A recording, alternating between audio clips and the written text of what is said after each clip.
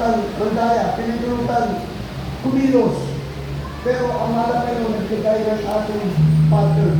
Dahil ito ba sa kubasyon? Apocalypse, kalatang 12, talatang 12. Ito ang sasabi, sapagkat magal kayo o mga langit at kayo sustahan diyan. Saba ng lupa at ng dagat, sapagkat ang diablo bumaba sa inyo na may malaking galit sa pagkakalam niya na ang kanyang may kaunting panahon na lamang meron siya. Pero ba sa Lord, tingnan niyo po malaking galit ang diablo. Galit na galit ang demonyo sa tanas, pinamahal. Kanino sa atin? Kasi nagbalikot tayo. Kasi nakilala natin yung dakilang Diyos. Kaya natin parang gagawin niya. Mismo kapatilan natin, mismo gagamitin. Kakasagapanin. Praise the Lord. Kaya dito makikilala kung sino sa Diyos o hindi sa Diyos. Kasi pag nasa Diyos ka, yung bisaan na malaki sa puso mo, yun ang ginagawa mo, yun ang inuugali mo, yun ang i-exercise mo, yun ang style mo natin. Maliwanag po ba? Ano ba sumusunod? Kahit magalit siya, kahit malaking galit siya, basta Diyos ang sinusunod natin, hindi tayo dapat mag-alala. Hindi tayo dapat maglampa. Dahil ang nalulungkot sa atin dito ay ang Diyos na buhay, makapanginig sa lahat. Wala na rin ang papatay sa kapanginig natin sa ating pinaglilikulan. Hallelujah, Panginoon! Kaya nga ako naman, may pati may paalala natin kasi ng Diyos naman. Tulad na sinabi ko, iba yung desire ng Diyos sa desire ng demonyo. Gusto ng demonyo kung tayo sa impero, papahamak. Pero gusto ng Diyos lahat tayo magkasalangit. Magbayan ng buhay ng langgan. Ang tanong, gusto nito po ba yan? Amen. Ano ba sa Lord? The Lord. Tingnan mo, maraming tao, makasalanan. Pero mababait din sila. May wala sila sa tulungan. Pero gumagawa sila ng kalikuan, tatago. Praise the Lord. Ayaw nila ng impero. Ayaw nila kay Satanas. Pero gumagawa sila, nag-uugali sila ng gusto ni Satanas. Naniwala ko ba kayo dyan? Amen. Oo, pag-ibig sa salabi. Yan gusto ni Satanas. Pero gusto ng Diyos, pag-ibig sa Diyos. Dapat Diyos ang ibigay ko ng pera. Ano ba sa Lord? Tayo naman, gusto natin langit. Gusto natin mapagdala natin na nagbisan. Yung ayaw ng Diyos, yun ang nagagawa ng iba. Dapat hindi. Kaya dapat binamahal ating salaminin, ating bantayan, ating usasayan ating masarili. Kung talagang paglangit po ba tayo? Parang pinahimik po ba? Amen. Praise the Lord. The Lord. Kaya na tayo araw minamahal, isa na malapit dapat malaman natin. At ismo sinasabi ng Biblia, nakikita natin sa ating mga sarili kahabagan kung tulad lang. Amen? Praise the Lord. Kaya nililiman po tayo ng salita ng Diyos. Tulad ng sinabi ko, pag nakikinig ka ng salita ng Diyos, gusto niya malibay ka, gusto niya matouch ka, gusto niya mag-bless ka, gusto niya encourage ka, mag-build up ka sa pananampalataya mo. Kung natutulong ka sa paglilingkod, natutulong ka sa pananampalataya mo, gusto niya gumising po tayo. Kaya kung nasa gano'n, puro positive, ang gusto ng mga kapayon, check ang pagkukunin natin. Amen? Praise the Lord. Kaya ano sabi ng dalawang talata, ay niya pagpasok po natin. Praise the Lord.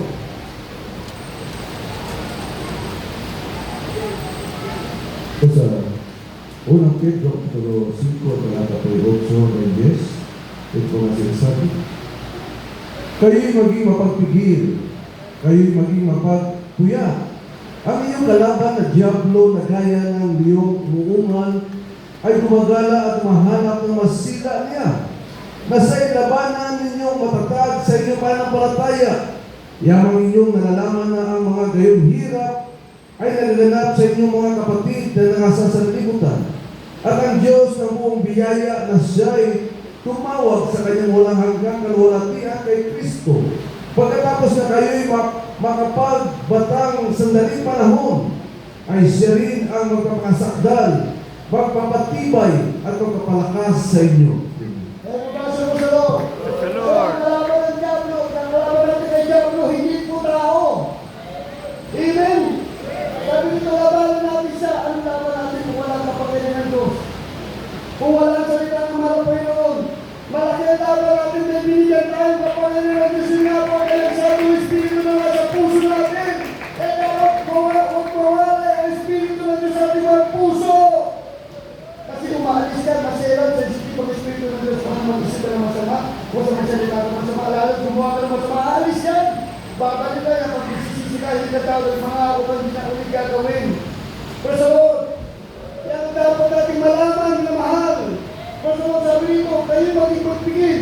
Para palaban ng diabo magpigil. Kung ano gusto na lang magpigilan mo. Kung ano gusto na damdamin mo, against your Lord, pigilan mo. Gusto magalit, gusto magpag-away, gusto mo magwala. Hindi maganda, pipigilan mo yan ng diablo eh. Pipigilan mo, gusto ka ng diablo, magaling ka, magwala ka, gusto niya mag-isika ka eh. Pero gusto na Diyos, dapat mahambol ka, maawa ka. Kapag-kaibigan ka, gusto ng Diyos, kaya nalungod ka sa Kanya, yan ang gusto ng Diyos eh. Amen? Amen. Kasi pag nalungod ka sa Diyos, nakakainis ka sa diablo. Damo mo yung isang diablo sa'yo, basta tuwa-tuwa, lungod na lungod, nagkala kayo sa atin. Ano mga sumunod? Bakit kayo mga puyat? Hindi magpuyat sa cellphone. Hindi magpuyat sa cellphone. Wow! Kasi natutuwa ang diablo pag nabagpuyat ka sa walang kabuluhan. Hindi na sinasabi ko, kapag na tayo lalay, gusto natin lalay, pero meron tayong ginagawa, hindi gusto ng Diyos.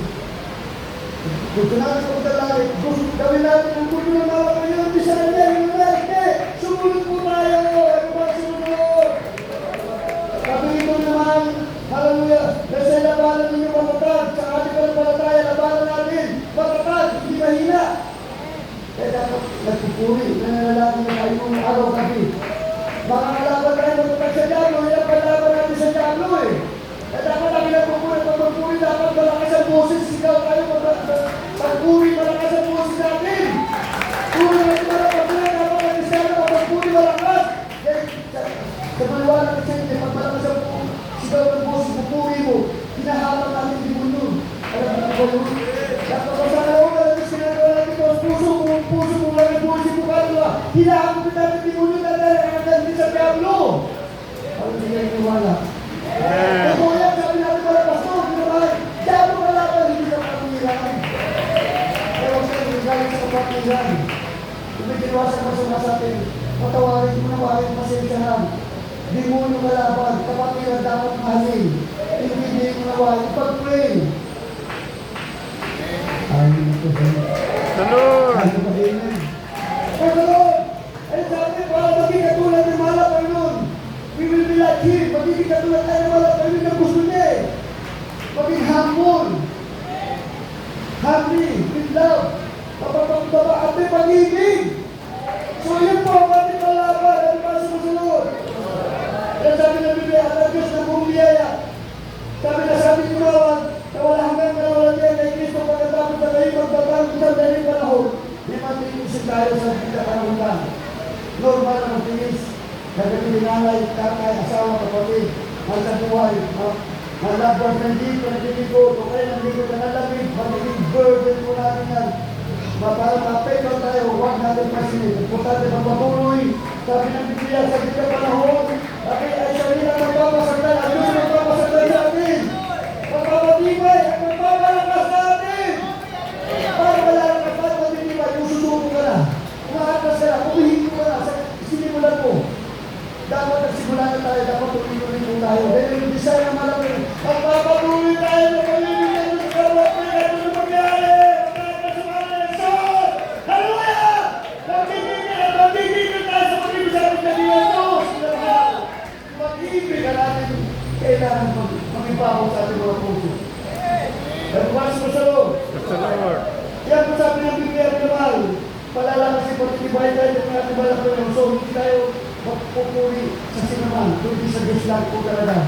Kaya sa nagpapalaman sa nagpapatibay, sa nagpapasagdan sa ating talaga, kaya hindi tayo tumitigil, hindi tayo, hallelujah, Cristo, hindi tayo nasasawa, pagkos lalo tayo, susupita, ay masarap, kaya nagawa sa loob, malating na nila Diyos, kaya hindi design ang malapit na sa atin. Nasisiyan din malapit na kapatid na ating gagdamin. Ang ating puso ay nabasa mo sa loob. The Lord. Alawas sa dapat natin kayo sabi dito, Ephesians chapter 6 verse 10, ako na lang basa.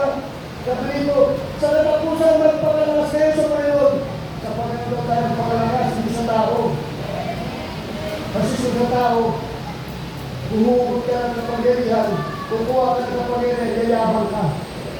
Pero kung sa Panginoon na magpapalakas, magiging hapon ka, ay naman mo pwede. Mapakapuso naman sa tao, humingi ng lakas. Nagpakita ng bilas. Dapat sa Diyos tayo nagpapakita ng bilas. Sa Diyos tayo nagpapalakas. Kasi kapag nagpapalakas tayo sa mga Panginoon, kaya natin ang atake, tukso, dita ng demonyo, ang namahalay, hindi tayo hindi kabayaan ng Diyos kung nagpapalakas tayo sa mga Panginoon. Hindi nalulugod o sa Diyos tayo nagpapalugod. Hallelujah, Panginoon! Praise the Lord. Inisip ng sama, o sila sa sama. Kahit hindi nakita, hindi narinig, puro ang Diyos ang nalulugod. Yan ang nagpapalakas ng todo sa ating pinagawala, Panginoon, pinagpapawala, araw-gabi ng pumay, nagpupuli, araw-gabi, pumili at nagsusubaw na pupupuli na nilibay! Hallelujah! Yan ang isa ng Diyos sa mga kulay ng isa ng kulay natin. Dapat ipakita natin ang isa ng sa atin. Kasi kailan ng Diyos para malugod siya. Amen? Pasalamat sabi nito, mag-bis kayo ng buong kagayakan ng Diyos, buong kagayakan, upang kayo magsinibay sa lahat sa madala ng dago. Ibig sabihin ng kagayakan ng Diyos, ang kabanalan, karinisan ng puso, kababaan ng loob. Kapag suot natin yan, tagay-tagay natin yan, meron panlaban, laban sa laban ng dago. Ayaw na ayaw natin magkasala, may takot tayo sa puso. Sa gawain mo, hindi gawain, at kaya takot natin sa puso, ayaw natin magkasala, ayaw natin malumihan. Yan ang peace natin. Ang hallelujah, ang ating kagilang Diyos, kaya natin ang Diyos pinamahal. Kaya dapat maganda ang ugali. Kasi pag gusto mga ugali, hindi mo gaya, hindi mo bilis. Ito ang kagayaan ng Diyos. Kagayaan ng Diyos, bilis ng Diyos, kabanalan, kagandaan ng kalooban, mapapatawad, banal sa pagkakali. Puspos ang kabagan, puspos ang kabagan, ibig natin ang Diyos. Peace po natin yan. Pinamahal. Pasalaw, nakikita natin ang kalooban ng Diyos sa akin na sarili, pero ang gaya natin pang pangababa. Lagi tayo tahimik, maingay lang tayo pag nagpupuri. Tandaan niyo po, pag gusto kasi ng Diyos pagpuri, maingay ka. Pero gusto ng Diyos pag sa puri, tahimik ka.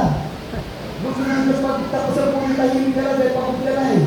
Gusto ng Diyos pag tahimik, pag tapos sa puri, maingay ka, ayaw gusto ng Diyos nyo eh. Kasi wala na kapuluhan yung pag-ingay mo eh. Kasi pagpupuri, taon sa puri, ang ingay mo, yan ang kapuluhan. Hallelujah! Nalulog mo natin ka ngayon, gusto sa yan, gusto na isa sa atin. Hallelujah! Nalulog sa pagkakati, pagkakang banay, hindi laban sa laman. Dugo, hindi natin kailangan balin, hindi natin kailangan kasal, hindi natin kailangan natin. Hindi tao na laban, hindi mo nyo, kaya dapat may babarin mo tayo, alisin na natin yan. Amen. Hindi tayo kataang balin. Demonyo kalaban natin, hindi mo kaya balin ng demonyo. Kalaban natin puri, pasti, kalaban, hayo, kalaban. Hallelujah, Panginoon! Kaya sabi ng Biblia na mahal, hindi laban dugo, hindi tayo nakikita, kundi sabi, kapag ay nilaban sa mga namamahala ng kabiliban sa demonyo. Demonyo kalaban natin, sabi ng demonyo na nagay mo sa isla na tao pumapasok, sabi hindi nila kaya na kalisip nila mo sa bakit? Bakit po, basta na kalisip nila mo sa bakit? Kapag ay nila sa kumigil sa amin! Hallelujah, Panginoon! Kaya kasi magsama na lang kayo para sa mga kingdom, mag-extend, lumawak ang halaman ng Diyos dito sa lupa. Kasi ang hangin bilahan ng Diyos, demonyo eh. At bisan niya, tayo mga Kristiyano, na pinuspos na kapatawaran yung ating ganyan ng mag-ibig. At sa pamagitan natin na lawak ang kaya ng Diyos dito sa lupa, dahil sa kanyang kapangyarihan na nasa natin at sa ating pagsunod, yan ang bisan na isa sa ating lahat. Kaya dapat na maging mabait, maganda ugali, mabait na mabait, hindi pa kung maging mabait. Dapat glory to God. Hindi pag dito sa gawain, alam mo rin, pagkatapos sa gawain, wala na, itaas na rin. Itaas na rin paglalaro, pagpak, pagbagsak, bagsak, sakit ng katawan, sakit ng dandali. Hindi ka mo ang gusto ng Diyos, ang gusto ng Diyos. Lagi ka nagpapakumbaba, hindi ka nagpapapuso, hindi ka nagpapalapis, hindi ka nagpapalapis.